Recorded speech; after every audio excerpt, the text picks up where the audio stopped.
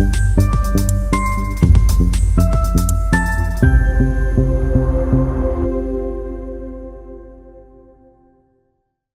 Crime branch ने आरोपियों के इस कबूलनामे की पुष्टि की, जिसमें राजा की पत्नी सोनम रघुवंशी मुख्य आरोपी और साजिशकर्ता बताई जा रही हैं।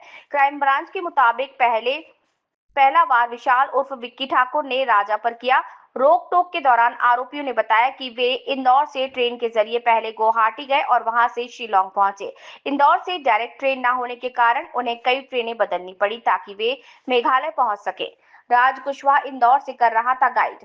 राज कुशवाहा इस पूरे समय में इंदौर ही था, लेकिन उसने विशाल, आकाश और आनंद के 3 आरोपियों को मेघालय में खर्च के लिए लगभग 40 से 50 हजार रुपए दिए थे। हत्याकांड के समय सोनम रघुवंशी भी वहां मौजूद थी। आरोपियों ने कहा कि सोनम अपने पति राजा को मारते हुए देख रही थी।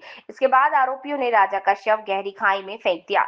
आज तक से बातचीत में इंदौर क्राइम ब्रांच की एसपी पूनम चंद यादव ने बताया कि इस मामले में सोनम के इंदौर लौटकर आने या नहीं आने के मामले की पुष्टि भी मेघालय पुलिस ही कर पाएगी। उन्होंने कहा कि इस संबंध में इंदौर पुलिस के पास अभी कोई तथ्य हाथ नहीं लगा। एसपी क्राइम ब्रांच ने कहा कि आरोपी विशाल ने हत्या को अंजाम देते समय जो कपड़े पहने थे उसे विशाल के ही घर से बरामद किया। उन्हें फॉरेंसिक जांच के लिए भेज दिया जाएगा ताकि पुष्टि हो सके कि खून के धब्बे राजा के हैं या नहीं। गाजीपुर से हिरासत में ली गई थी सोनम। सोनम रघुवंशी को सोमवार सुबह उत्तर प्रदेश के गाजीपुर से हिरासत में लिया गया था।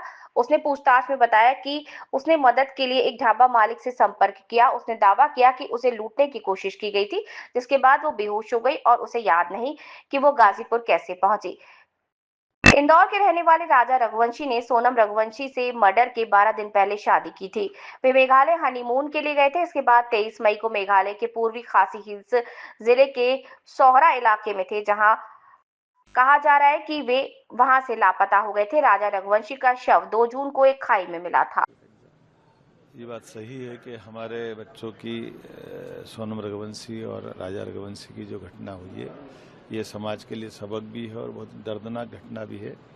आगे से हमको कई सारे सबक मिलते हैं, खासकर बच्चों को भी जब हम संबंध बनाते हैं, विवाह 2 परिवार जुड़ते हैं, बहुत बारीकी से सारी बातों का ध्यान रखने की ज़रूरत भी है और आगे जा कर के बच्चों को इतनी दूर जाने देने के लिए भी विचार करने की ज़रूरत है।